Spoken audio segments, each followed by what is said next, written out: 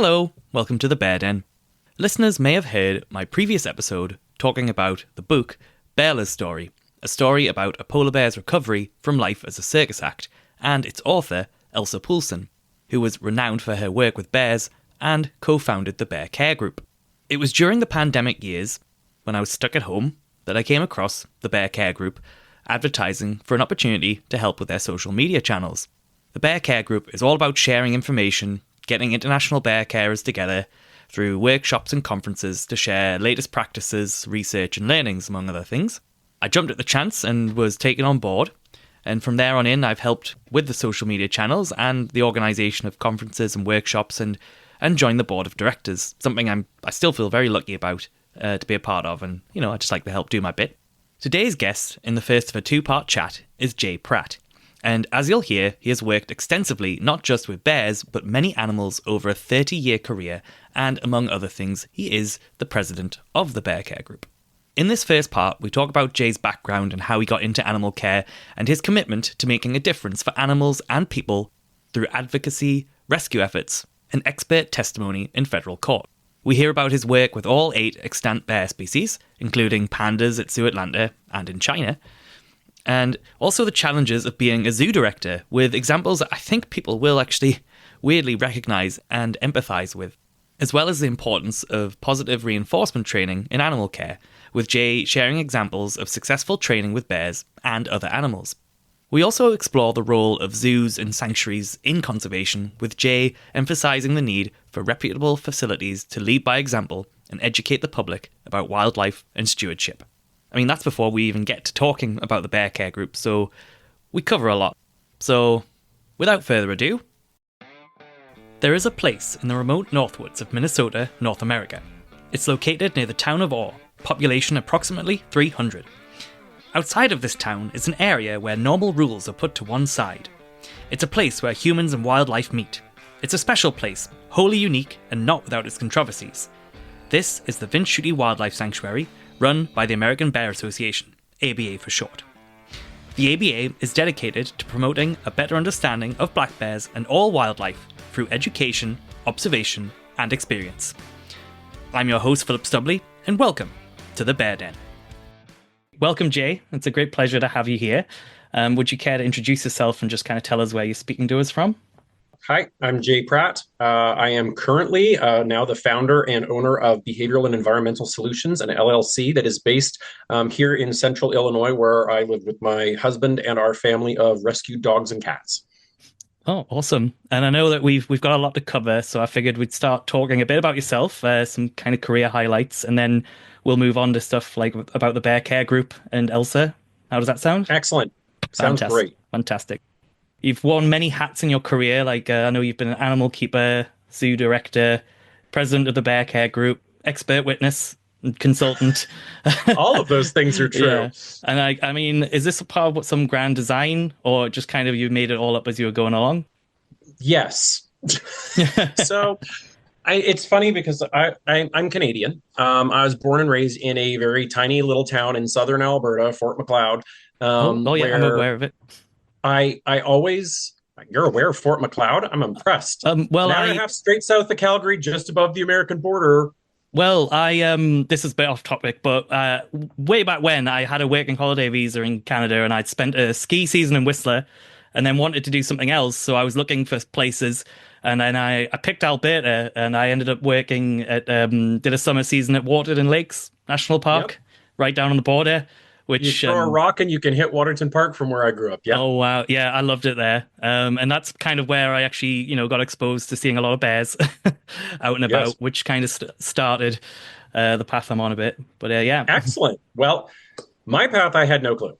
I loved, for whatever reason, there's the term biophilia. Like there's people that just sort of innately, bonded to nature for some reason.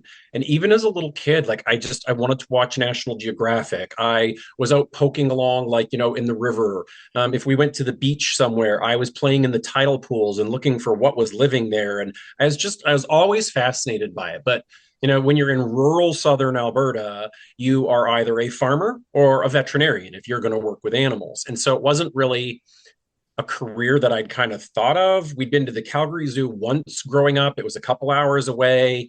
I didn't remember it because I was like, much younger. So it wasn't, those weren't careers that had entered on my radar. And so and I was one of I earned a lot of the awards for, intellectual accomplishment coming out of high school and whatever else. And so when you're a high achiever, you got to be a doctor or a lawyer or something. And so I thought I would go into an environmental law because I had no idea what it was, but I'm like, all right, I'll be a lawyer and keep my family happy. And maybe it has something to do with animals and the environment. I don't know.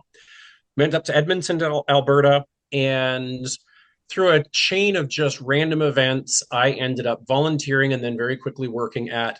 It was a very much a roadside facility. It was a game farm. I didn't know any better at the time, but it had a ton of different big cat species, including more cheetahs than anyone in North America had at the time. And the clouds could have opened up. There could have been a choir of angels. This is what I was supposed to do. So I changed my first degree to zoology and behavioral psychology, focused on the science of learning. And then just kind of went through that. And through my career, I was an animal caregiver, a zookeeper. I grew up watching when the first movie channel that came out was called Super Channel. And there was one movie I lived for watching when I was young, and it was called The Beastmaster. And it was Mark Singer running around in a little loincloth like Conan, except he had animal friends that helped him save the princess or whatever else. And it would have been great to be him, but barring that, I'm like, I want to make movies with animals. That sounds so cool. I did try that for a very short stint and realized that wasn't what I wanted. Like, it wasn't long-term care. It wasn't worried or focused on their welfare. That's where I started really realizing that in my heart, like, what I wanted to do was help animals, help people with animals long term. And so then that sort of started shaping things.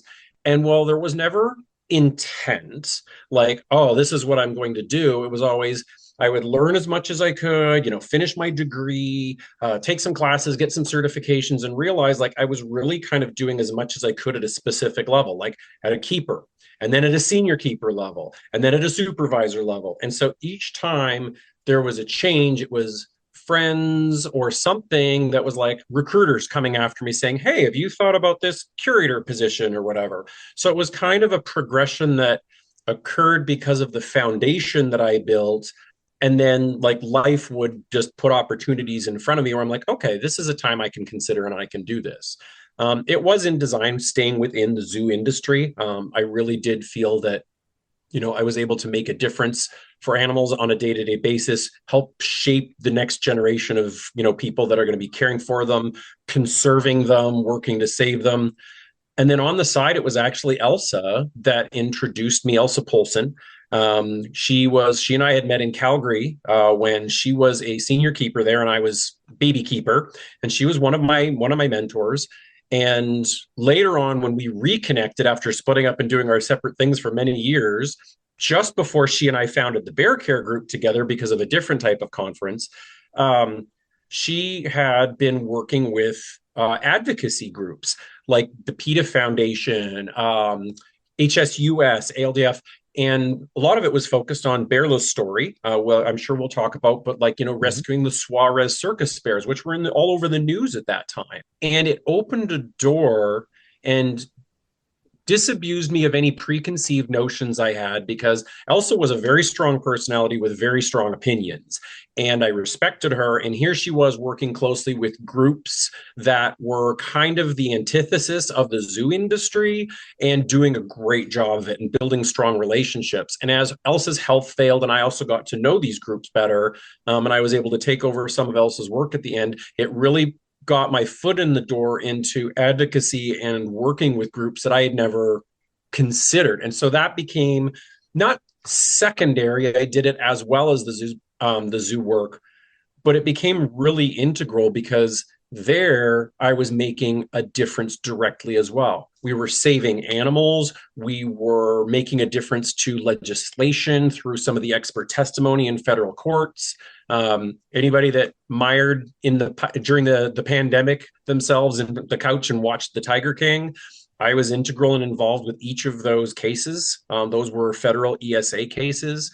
And it just sort of evolved over time, but for me, it's a sense of doing something, making a difference, and also helping animals. I was on site. It wasn't just going after people that were necessarily not treating animals well or were, you know, creating problematic situations.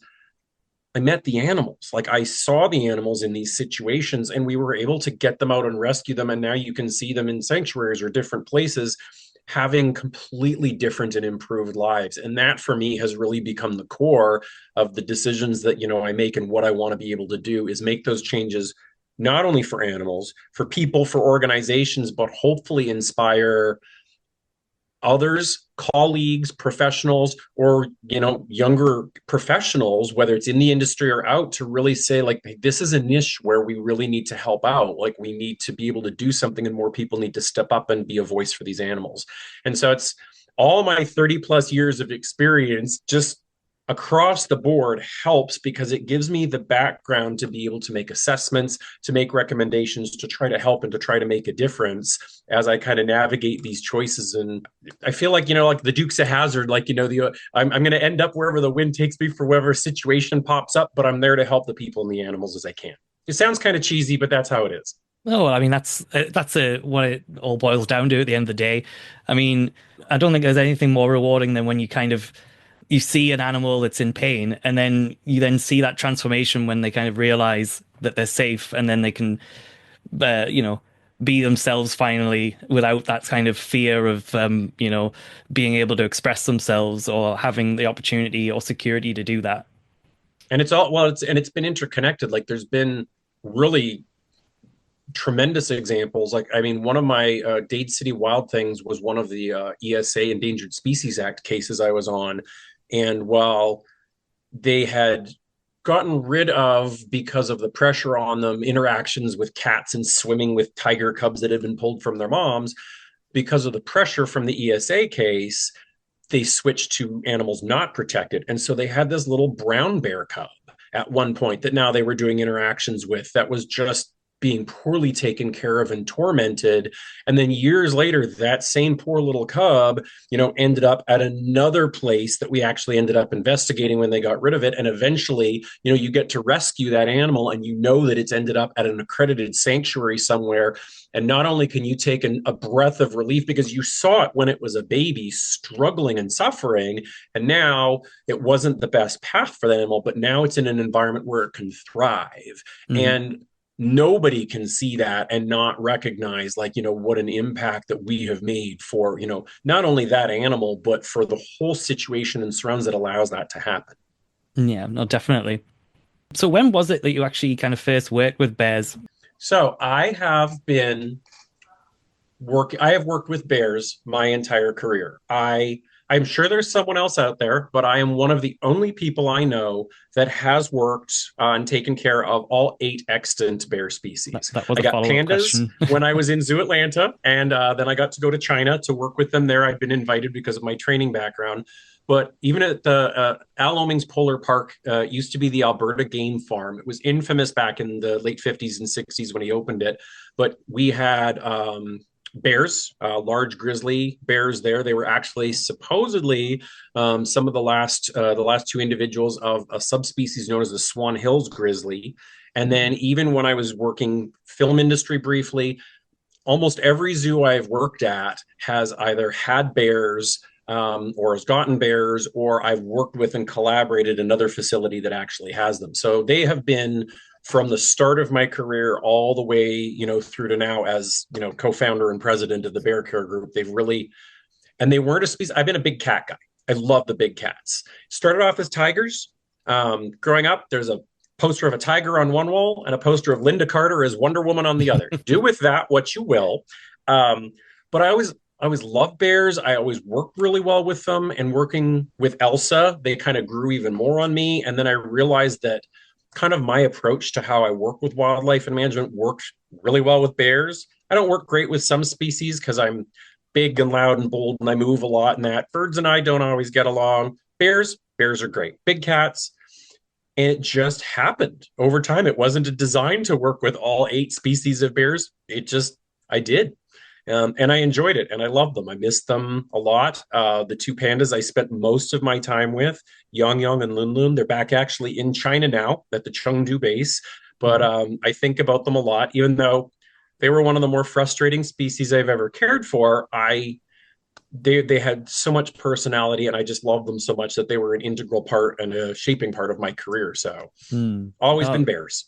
oh, that's great to hear. I mean, it's kind of funny because recently, the UK and China, there's been some negotiations, and now apparently there's going to be, visa-free travel from the UK to China for like you can go for 30 days. And the first thing I thought was, it's like, oh, could I go to Chengdu? It's like, My time in Chengdu. So when I was in Zoo Atlanta, I was mm, one of the lead panda keepers, and I had really been focusing on operant conditioning training for voluntary participation in husbandry and medical care. And mhm, I had a paper published about voluntary blood draws because we I was doing injection training, blood draw training, whatever with the pandas, all protected contact. There was always a mhm. barrier, Was there like a and sort of little area that they could put their paw or something like that, or they yep, just we kind of create. I create either presented? manipulated the environment, or there was a panel that we designed that our in-house maintenance team, like where we could move them around to access different body parts. We actually designed a PVC sleeve because of pandas and that weird little pseudo thumb. They'll Oh yeah, they grab got the little things, thumb up there. and Yeah. so most bears you train top of a paw, front or back.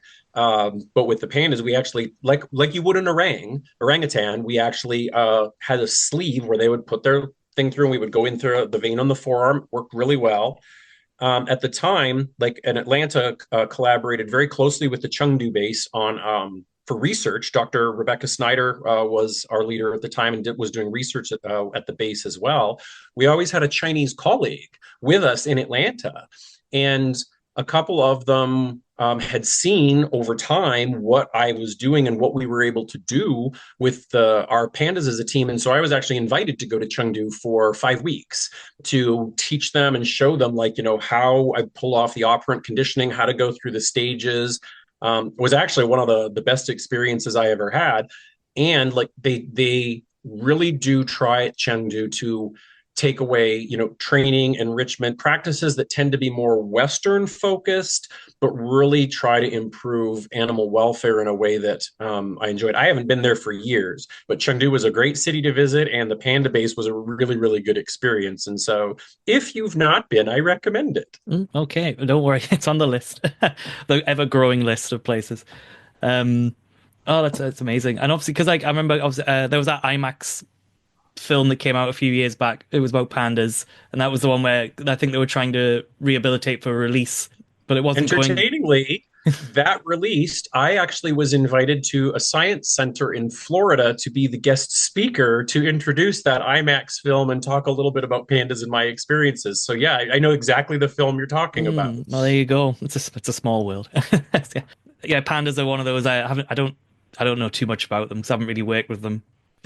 They're less, they're still bears. They're less Mm, bear that, but I'm putting this in quotations. They're less bear than the other ones. Like, I mean, mm, you mentioned bear. What does everybody think of? Usually grizzly, polar bear, maybe, and mm, stuff. But deep down, they're still bears. Like, they've got the structure, they've got the behaviors. There's a lot going on in there. They're clever, they're manipulative, they work with their environment, they're complex.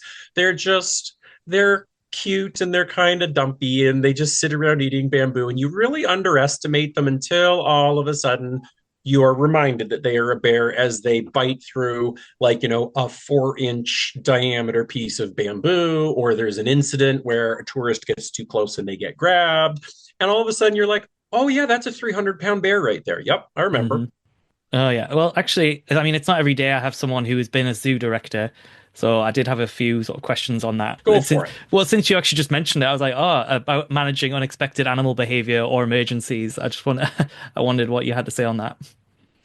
So it comes down planning and infrastructure. I mean, I've been doing this for so long now. Like, back at the game farm, there was nothing. If something went wrong, you figured it out. You just grabbed something, you figured it out. It's like, oh, that tree came down on that fence and that animal's loose. Well, let's grab some shovels in the truck and herd him and get him back in.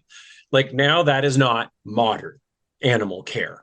Now, like, you are going to have, even if you're not an accredited institution, if you're working to be like reputable and safe, you have plans in place. In the United States, you have to have a USDA license, and you have to have a contingency plan, emergency plans, and things in place. So hopefully, you've already developed, here's what we do in this situation. Like a code red and a dangerous animal is out. Here are the steps that we take. You build relationships with the community, the police, the fire departments, whatever else. But as we know, the best laid plans all go completely awry because an animal and children are never going to act like you think that they're going to. So you still have to be very responsive. I am lucky in that I think quickly, I think on the spot, and I'm a very creative problem solver that can take in a situation, know what my resources are, and figure out the fastest and safest way to contain or deal with a situation or resolve an issue or solve a crisis, and then really try to rally resources. And that's what it comes down to, is knowing what you have available to you, setting yourself up for success by teaching people or making sure you have supplies, access, the things you need, and then just knowing that you can make decisions that are going to likely be as successful as you can be in the situation when something's going to come up, because it's going to. I promise you, I felt as you get into, less so as a keeper, but as you get into any sort of leadership and people start bringing to you all the problems, everything from like rodent control to broken something to animal crises and whatever, your life feels like all you do is run around putting out fires all day, and someone else's fires usually. But it's also kind of a sense of achievement and accomplishment that you can do these things and pull it off and lead with hopefully grace and some dignity and some professionalism by the end of the day. And before you leave, go home, pass out, have a drink or whatever, floats your boat, at night to relax and wind down before you do it all again and pull some meaning out of it as well. Yeah, that's for sure. I mean, when you said that about a tree's fallen down, we've got to do this, I was like, I had some flashbacks to Borneo because I essentially had to develop the escape protocol like after the fact, not as well. But it meant that the next time it happened, we knew what to do. Right. And then you work with your team and you're like, how Yeah. could we have changed this? What could we do? You learn where people's skills are, because some people are great in a crisis and some people are not. And you need to know your team's limitations, because if somebody's going to freeze up and panic, like, you basically give them the job of going into the commissary and monitoring a radio or something like that. Whereas but then on the flip side, there's your gung-ho heroes who something happens and you need to know that they're also going to follow direction and whatever else and not go off and do something unsafe on their own. So it's really team management. How did everybody do in this situation? What can we learn from improve? And really encouraging those discussions. So like you said, even if it's after the fact, update current policies, develop new ones if you don't have them. And they're really plans to what could happen and how can I deal with it if it does. I've always been a realist. Something's going to go wrong. Let's do our best to deal with it. So we're planned. If nothing goes wrong, excellent. I'm great. If it does go wrong, we're ready. That's been how I kind of manage my whole life, personal and other. Yeah. No, sounds fair to me. So what are the sort of main challenges you've kind of faced being in that role as well? Like with team management, like you just said, like is examples of, I know I've come across where there's been the mentality of, we've done something a certain way, so we just keep doing it. There's no drive to kind of think why they're doing it or if they should change it. And especially sometimes, which I'm sure we'll get into when we get the bear care group, talk about behavior-based husbandry, the animals' needs aren't always at the forefront of what people are doing. Well, and so a lot of it is, and this has been like throughout my career as you're going up, and like this is the building and the teaching and really trying to share, like what we do with the bear care group. Here's the resources. Here's why we believe this is best practices. And when you come into a situation, and sometimes it's like, it's the old adage, if it ain't broke, don't fix it. Well, how things have always worked. When I worked in Omaha, we had some, I'll just call them, I'm air quoting again, old school supervisors and leaders and whatever that just, hey, we've been here for 30 years. This is how we've always done it. It's fine. Well, it's really not. And like, here's the current science, but then you run into individuals that's their job. They're there every day. They believe they're doing. And at this point, it's an adequate job. Should it be better? Could it be improved? Is there new science? There's new science every day. I mean, there's a new paper that comes out. There's a new discovery. There's a new way of looking at a situation. Somebody conducted a study that we realized that, negative reinforcement maybe doesn't work quite the same way we think it does. You know what I mean? There's always something that should have you rethinking and improving what you're doing. And if you're not, then that becomes a problem. So sometimes it's stubbornness. Sometimes it's, I've always done it this way. I don't have to do anything different. Sometimes it's lack of exposure and lack of knowledge. I've worked in facilities and areas where you're kind of by yourself, you're secluded, teams that don't have real connections to other facilities, zoos, or don't keep up on current science or practices that just they haven't evolved, and really kind of trying to encourage them. And it's, but there's no one set problem. You go to some places and it's, keepers don't want to do more because they're union and they're not paid for it.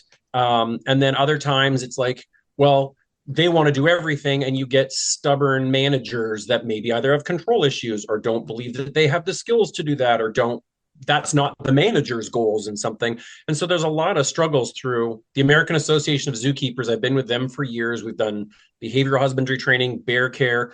There's almost always same recurring problems. Like if we do a behavior workshop, I can guarantee you I can almost always come up with the top three things that people are going to bring up. And so then there's ways of kind of dealing with those and addressing them and helping to teach them through. You write papers, you try to coach, you try to talk, because there's no one specific problem. It can be unique to the people, to the areas, to keepers. There could be social dynamics between your staff. There could be any number of things, funding, budgeting, that really affect that. And it's trying to assess those variables and still always one foot in front of the other, and always improving constantly every day a little bit more. And it's exhausting. It really is. And for me, aside from team management, always those dynamics, you always have to be on, you always have to be trying to lead by example. There's a lot of bureaucracy and paperwork and politics as you climb to the top that you know about, but until you experience it, it's really different. And that is what a lot of was lending into me really rethinking. Like for me, being the zoo director was like, oh, there's the pinnacle of what I've always been building up to. But having worked at, several facilities and with several others, it became is this really what I want to do? Is running around, putting out everybody else's fires all the time, being exhausted, working 7 days a week, doing paperwork, budgets, bureaucracy, when what I loved was the animals and making a difference in their lives and the caregivers' lives.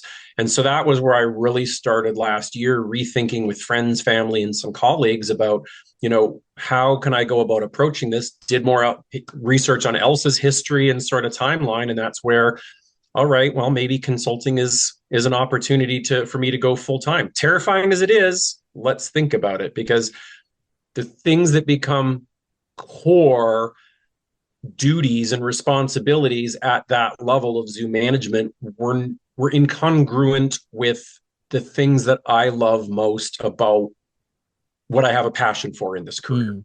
I mean, is what it kind of comes down to. It's trying to figure out what to do about that and how to right yourself. It's like, I guess, reevaluating what's important to you. Yes. What is it? You say you want to be working with the animals and with the caregivers. I guess you were being taken away from that slightly. So you're just like, right, time to pivot. Right. Well, and even in the instances where it's like, at my age, I don't need to be doing direct animal care as much anymore. I realize that my body's not quite built for it the same way, but I can still make a difference. Like when we talk about legislation, recently I wrote a couple of letters to one of the states here who is trying to do some progressive animal welfare legislation. So that's still making a difference. I've got a brief contracting consulting trip coming up in a couple of weeks where it's revisiting a couple of facilities where I've been to before, where we've made some USDA recommendations and expressed concerns over how some of the animals are being cared for. And we hope to see progress and change in those times. So it's really now focused on the various things I can do, but where, again, I feel like I'm making an impact and a difference, whether it's right with an animal one-on-one. I'm still a great animal trainer. Every time we have a bear care workshop, we'll talk about it. We demonstrate hands-on, here's what you can do with a bear in a short period of time, because that's what my roots are. I loved training. I evolved into it kind of accidentally, hey, this is something I can do. I love teaching. I love sharing that. I can do that one-on-one still and teach others with that direct contact and work with animals. But the more esoteric pieces, the legislation, the overall care, the policies and the practices, that's still benefiting everybody. And that's the kind of thing I really want to be able to do more of too. Yeah, that's great. I mean, yeah, when you mentioned training, I'm that was something that was kind of an eye-opening experience when I first saw someone doing it with a bear, and it was life-changing, I think, for the bear, and also something that I hadn't even, because I'd come in and I was just more focused on, right, need to sort out the enclosure, we need to sort out the food, like the diets and all that. I was Yep. focused on all this sort of stuff, and the training was not something that I even thought about. So when I saw it happening, because there was a bear specifically, there was one bear I can remember, a rescue bear come in, and all the stereotypical behaviors. You've thrown himself against the bars, running back and Correct. forth, and after like I don't know, like an hour of training, different bear completely. I like didn't recognize it. Most of these animals, like where we're going to engage in like a training program, an enrichment program, they're not they're not going back. They can't go back into their native habitat. Like they're under Mm, human care and management for a reason. yeah. And so at that point, like we still have to respect that they have bear things to do and they want to do bear things, but now they Mm, have new dynamics. You're part of their, you are a relationship in their life. And you are the one as a caregiver that chooses what that relationship is. Is it positive? Is it negative? Are you the stick or are you the treat kind of thing? And it is up to us to reshape that. And that was one of those things I just learned that I do innately and I do naturally, and helping teach people exactly what you said, whether it's a cub, whether it's an animal that's experienced it. Actually, my favorite animals to train have always been the older animals that everyone else has like labeled as difficult or aggressive or whatever else that people have kind of given up on, because that's the one where you've like every little tiny step means the world to you because you can visibly see the change and the mm, impact that it's had on their lives. yeah. Any examples that come to mind? Well, there's a couple. One is bear care. Don't let me forget. But when I one of the facilities I worked at, I was assigned by the director to go down ton of cats in an old school cat house, big cats. And I was tasked with going down and not only working with the animals, but teaching the team how to work with them. And small team, inexperienced in operant conditioning and training. That was, of course, my history at that time. Like tiger training, I'd written some papers, I'd done several presentations, particularly on injection and blood draw training again. But there was when I was like divvying up, okay, who wants to work with which animal? We were kind of pairing off. I ended up having 8 cats that were assigned to me that no one else picked as their favorites or whatever else. But one of them was this old jaguar. His name was LT. It stood for Little Thunder because he was aggressive. He had a Mm, history of charging bars and being aggressive, and so of course old school keeper management. We've seen it, whether it's in Asia, here in the US, hoses, noise, threats, scaring, yeah. aversion, making them shift that way. Well, that's associated with you as the caregiver. So now you show up and the animal expects to receive aversive treatment or whatever else. And so that just the relationship just keeps snowballing and getting worse. He also had cataracts. He couldn't see. He was like limping around, like he was old. He couldn't climb well. So they didn't give him logs and things to do. And so it was really just one of those things where I just wanted to start working with him. And I had to overcome the challenges. He couldn't see well. How do I get him to target? And within like a week, Adam learned how to target to a ball, again, through a protective barrier.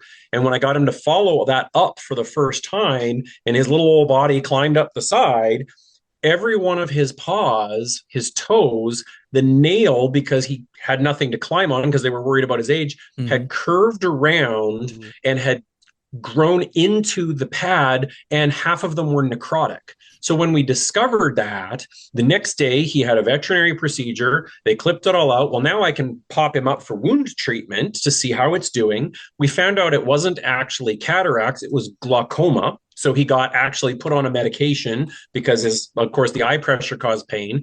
And he just, over his last couple of years, he always knew when I was coming. He would always come up. He always trained for me. I never did anything amazing or advanced with him because he just couldn't get there. But we overcame 15 years of aversive old school care for this animal and were able to make such a difference for him, even in a short period of time.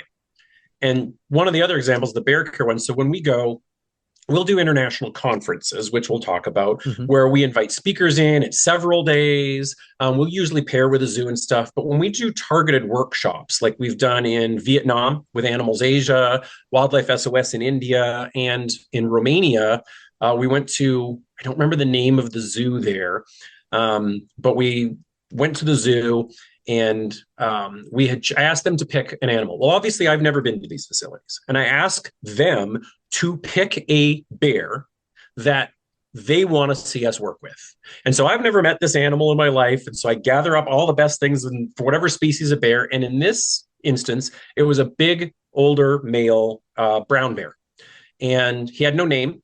They didn't name their bears. It was just 1, 2, whatever, female, this and that. And he was living in this kind of cement bunker of a building that came out into a cement patio with your standard metal bars and whatever else. And I hedged my bets. I had my pockets full of grapes and fruits and different things I could find. But I also stole a couple of packages of those little famous Amos mini chocolate chip cookies. Mm-hmm. Had my pockets stuffed with those too. And I did go up to meet him, and I gave him a name. I just called him Borscht. I know that is absolutely not Romanian, but it was the first thing that came to mind. And Dr. Heather Bacon, she is our veterinary advisor. She's done a lot of work. She's probably one of the most renowned bear veterinarians in the world. And she is there. And we would always tag team with these demonstrations. And I remember all I saw was the snout. I'd still never even seen this bear. And now we've got a whole delegation of people that are showing up to observe how you can do a training demonstration. And so it's pulling all the powers of timing, relationship building, subtlety, and whatever else out. And, made some noise to first get his attention. This snout peeks out of this concrete den, toss a grape. And then when he showed some interest, toss a cookie. And so next thing you know, this big, overweight, old, arthritic bear comes shambling out, looks at me, looks at Heather. She's talking to people while they're doing, I'm just talking to him. I'm crouched down, tossing little treats here and there. Within a 15-minute, 20-minute session, he came over, met us. I was feeding him treats. He learned how to target very quickly because of timing, touch his nose to a ball on the end of a stick. People are watching this happen. And we were able to get him to put his paws up at one point. So meanwhile, Heather is telling them, we can now see his body condition. We can see his claws. We can see his pads. When he opens his mouth anticipating a treat, we can see his mouth. We can smell his breath. So even in this brief session, a bear I've never met that's never interacted with people, like you said, doesn't have that history, came out and was training and demonstrating to people that had never met the bear or his caregivers that didn't know this was possible, what you could do in a short period of time. And I tear up thinking about Borscht, like even now, because hoping that impact would, kind of carry on, but knowing even with a cantankerous old guy that, has never had anything like that in his life, even in a short little period of time, you can build a relationship with him, make some connections, teach him that there's a new way of looking at the world and that people can be there to help you. And that's always been one of those most rewarding experiences. And we would do something like that. Wildlife SOS, we did it with sloth bears. Every facility that we went to and we visited, we would have that kind of demonstration to engage people and let them know what you can accomplish through relationship building and positive reinforcement training in such even a short period of time. I mean, yeah, it's just like you say, some people don't, it's not even a consideration, and it's like, it makes such a difference. Well, and things work. Like when you look at it, I mean, training isn't just positive reinforcement. The science of operant conditioning, positive reinforcement, negative reinforcement, positive punishment, negative punishment. But when you use aversive stimuli, you are the aversive stimuli. That's what they learn. If you want to use positive reinforcement, reward-based training, you're going to have the best chance at building a relationship and kind of long-term down the road without a lot of the psychological side effects that can come with using aversives. But they work is the problem. When you use noise, when you use punishment, when you use a hose, like you get quickly the results you want. And when you're an old school or even a zookeeper that's short on time or whatever else, and nobody's taught you a different way, walked you through, given you the support and the resources, you go with what you know. And sometimes those techniques are terrible. Some of the older school techniques we've run into that we've been approached with over the years and discussed at conferences. I can't remember the specific location, but one place used fire sticks where they literally lit something on fire and use that to chase bears, inside to shift or whatever else. Okay. Like these are techniques that they work for them. Here in the US, I know of facilities that have used BB guns to force hoofstock to shift. It's no different, but it's taking that out, helping people understand what the animal is experiencing and providing them with different alternate ways. They've still got to make the decision on their own to take that time and make that investment. But it's really trying to help them understand it's in yours and the animal's best interest to take those steps. Well, yeah, definitely. Just before we go on to talk a bit more about the Bear Care Group, then I kind of wanted to also get your take on the role of, like, I guess, zoos in the wider conservation picture, Well, zoos and facilities like that. so I think we have to watch our, it's not watch our terminology. We have to be aware of our terms. And I'm learning this because of my advocacy work and some of what I've done. Zoo becomes a very generic term that the general public thinks zoo, and they're Mm, like, oh, I can go and I can, see the animals and blah, blah, blah. You know, from international travels, and so do I, zoo has a very different connotation. You can go to a zoo in South America where you can pay to go and sit and have your picture taken with a sedated lion, and mm, there's really poor, dilapidated facilities and care. But I've dealt with that here in some of my ESA cases where a small rural place, there are little tiny, quote, zoos, they're roadside facilities all over.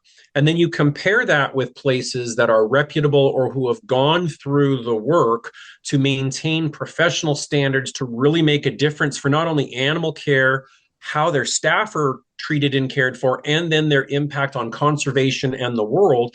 And there's a really wide range of what zoo actually means. I think that reputable and accredited zoos and sanctuaries, because you have the same thing. You have pseudo sanctuaries that hmm are there and, oh, come and hug and pet this animal. And then the true ones that are doing accredited, reputable sanctuary work. They're there to make a difference for the animals, for the people, and to that, it's that lead by example thing again. It's really there to let people know that I believe we're stewards. We have evolved to become the predominant and life form on this planet, but all these others are still here on the planet. It's our responsibility. We're the reason there are conservation issues. There's pollution, trash, extinctions, all these things.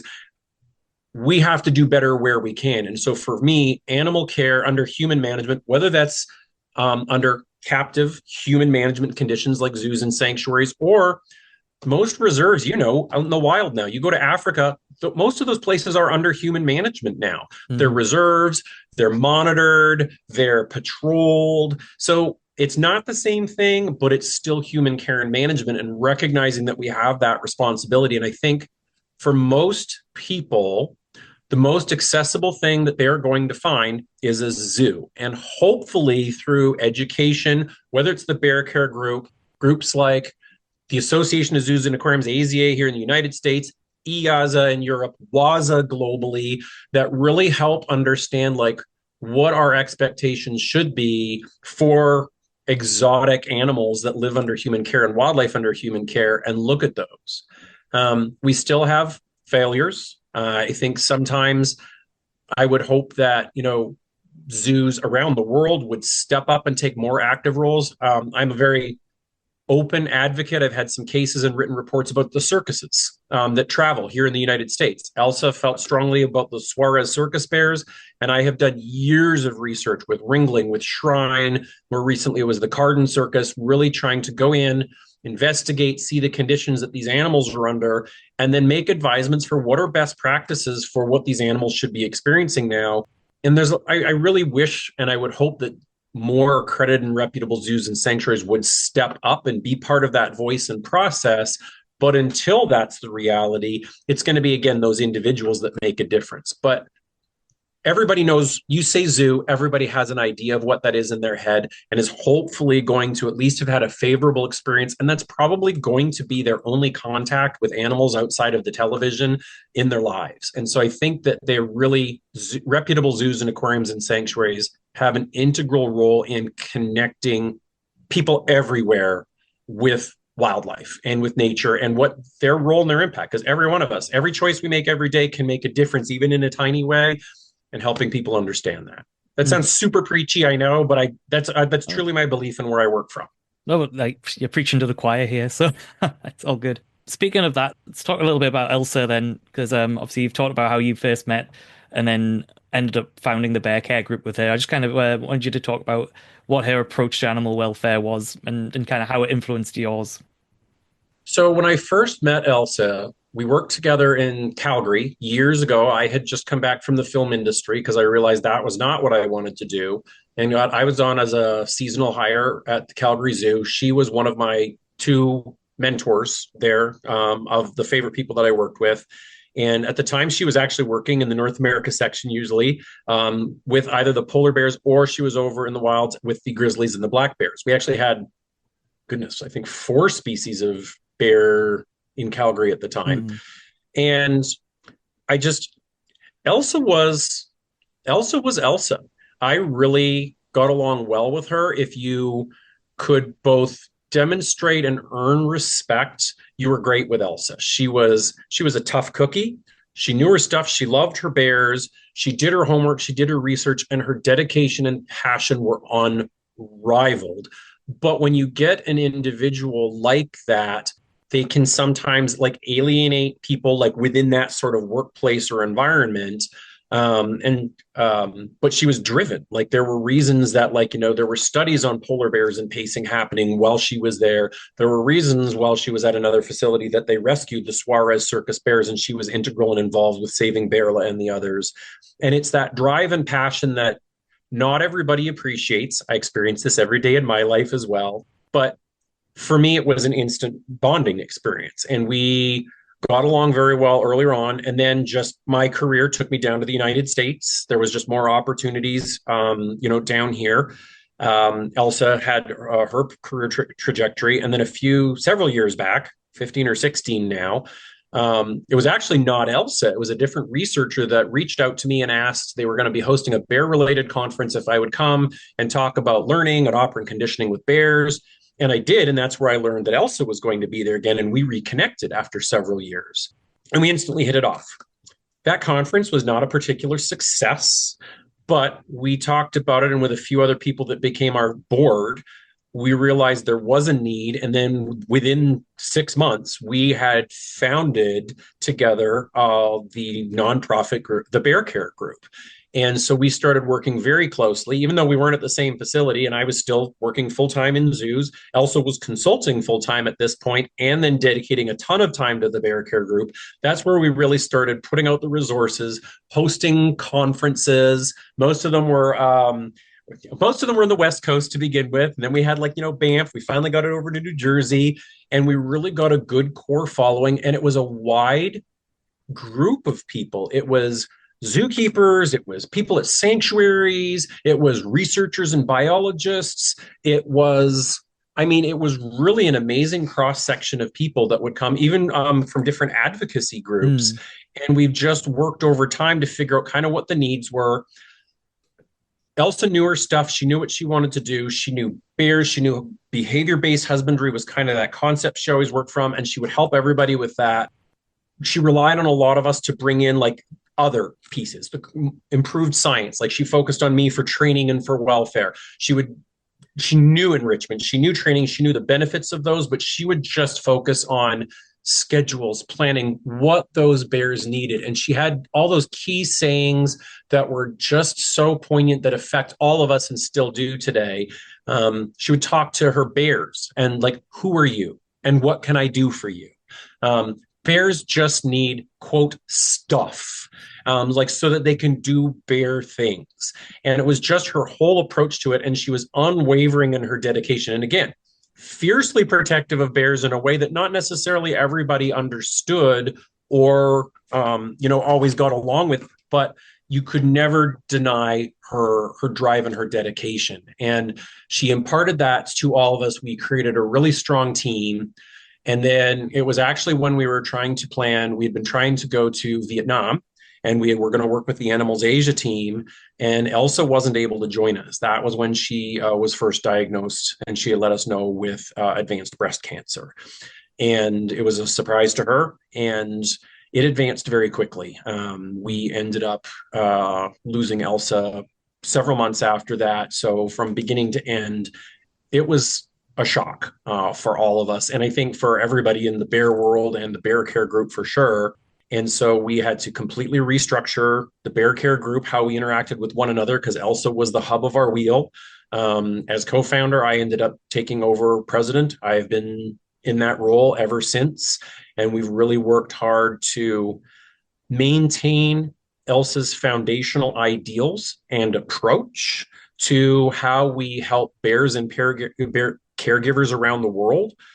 And at the same time, always take in current science and what we're learning from our global interactions and partners, and always evolving what we're able to put out there and what we're able to do.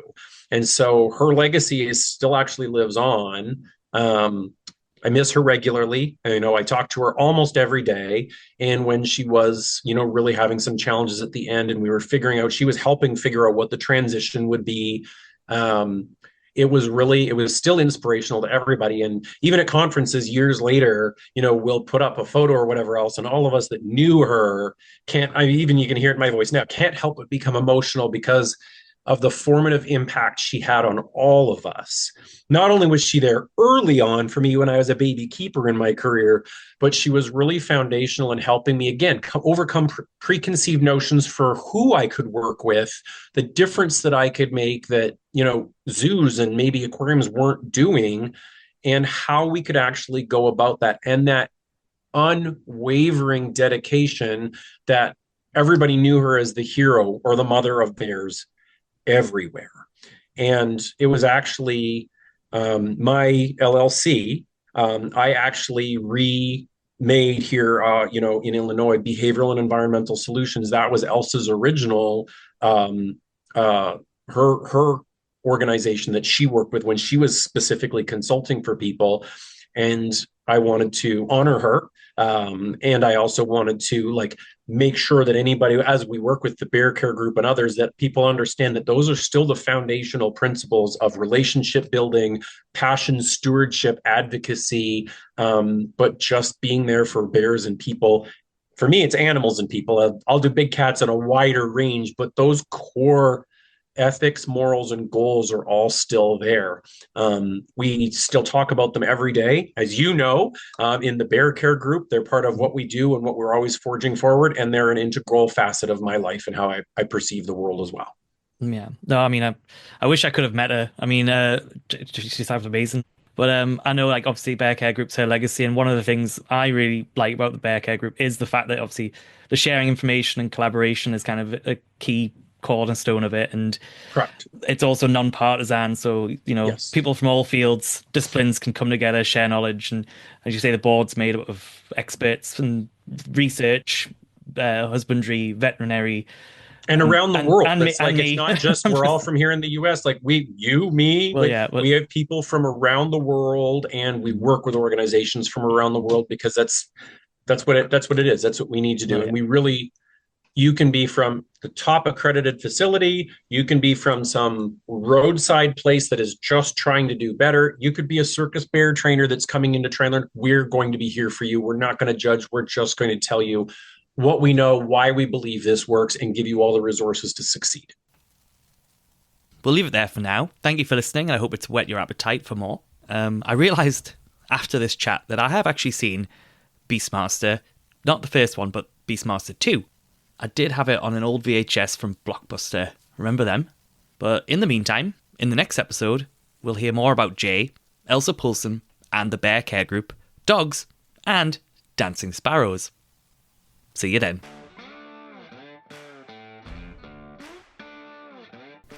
The Bear Den, the American Bear Association podcast, was written and presented by me, Philip Stubley. The music was composed by React Music. Thank you to everyone who has helped make this podcast possible, including Karen Houseman, Bill Lee, Clarie Lee, Stephanie Horner, Donna Brzezinka, Ross Coyer, and Angie Page. You can find out more about the American Bear Association at americanbear.org. You can find Vinchuti Wildlife Sanctuary on Facebook and Instagram. You can ask questions and submit comments about the podcast to pstubley@americanbear.org. The ABA is a special circumstance. We do not condone feeding wild animals. If you enjoy this podcast, help support the ABA either by donating, becoming an ABA member, symbolically adopting a bear, or come visit the sanctuary during the season and say hello. And if you do enjoy this, please do us a favour. It'll barely take you a minute. On whatever platform you're listening to this on, please either follow us or click the bell for updates and notifications. Please share with family and friends and rate the podcast, as it all helps us grow and is greatly appreciated.